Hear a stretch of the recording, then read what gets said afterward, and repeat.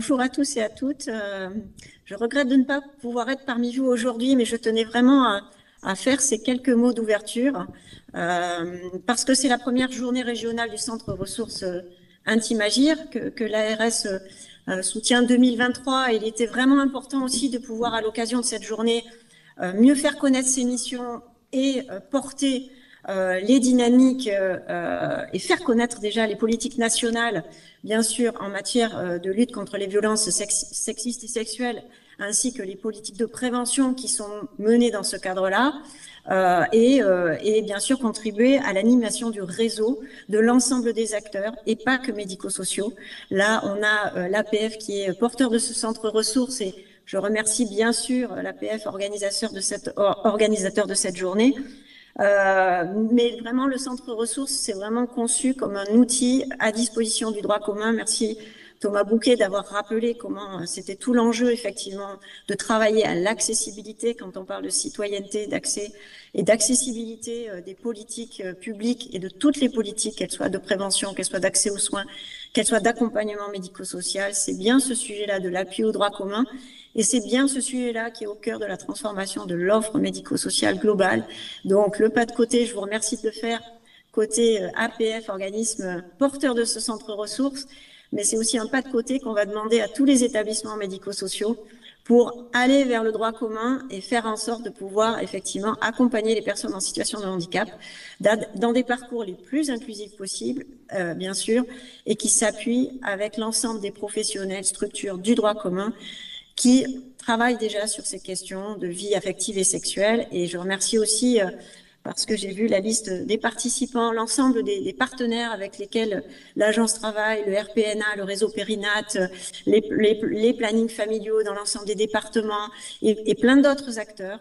Je suis très heureuse aussi que cette journée, parmi les inscrits, il y a bien sûr des professionnels, des institutionnels, mais il y a aussi des aidants, des personnes concernées, et c'est bien aussi l'enjeu de ce centre ressources qu'il associe dans son fonctionnement, dans sa gouvernance, c'est le cas, dans ses journées, c'est le cas aussi, puisqu'il y a des personnes concernées qui sont à la tribune et qui participent, comme à la plupart des journées que soutient l'ARS d'ailleurs, qui participent à la construction de la journée et qui soient aussi dans la salle. Donc, c'est vraiment important, c'est ça que nous visons aujourd'hui, c'est de faire des journées qui, quand on parle du handicap, elles associent ceux et celles qui sont directement concernés par les sujets à ces journées. Quelques mots de remerciement, bien sûr, au Conseil régional également. Merci, Monsieur Bergeron, pour avoir facilité l'accès à cette salle et puis à tous nos travaux de partenariat que l'on mène dans le cadre du PRAFC. Nous aussi, on a quelques acronymes, donc je vais essayer de ne pas en rajouter dans mes mots d'introduction, mais sur les sujets de formation, effectivement, et de formation sur les sujets de handicap, on travaille en étroite collaboration avec le Conseil régional et l'ensemble des partenaires, de même que sur les politiques de prévention en direction de la jeunesse, de par votre champ de compétences aussi sur les lycées. Donc, c'est vraiment des sujets que l'on porte ensemble et c'est vrai que ces questions de prévention des violences sexistes et sexuelles sont au cœur de nos échanges. Je veux remercier aussi les intervenants, qu'ils soient nationaux, Céline Poulet, toujours présente pour porter ces sujets aux côtés des ARS et de l'ensemble des acteurs. L'HAS aussi, qui était déjà intervenu sur une précédente journée. Et c'est important parce que les questions de qualité, de recommandation de bonnes pratiques sont aussi au cœur de la transformation de l'offre médico-sociale que l'on pousse. Et c'est important de pouvoir, à l'occasion de ces journées régionales, partager quels sont les attendus, quels sont aussi les questionnements qui se posent par les professionnels. Ces sujets sont très complexes.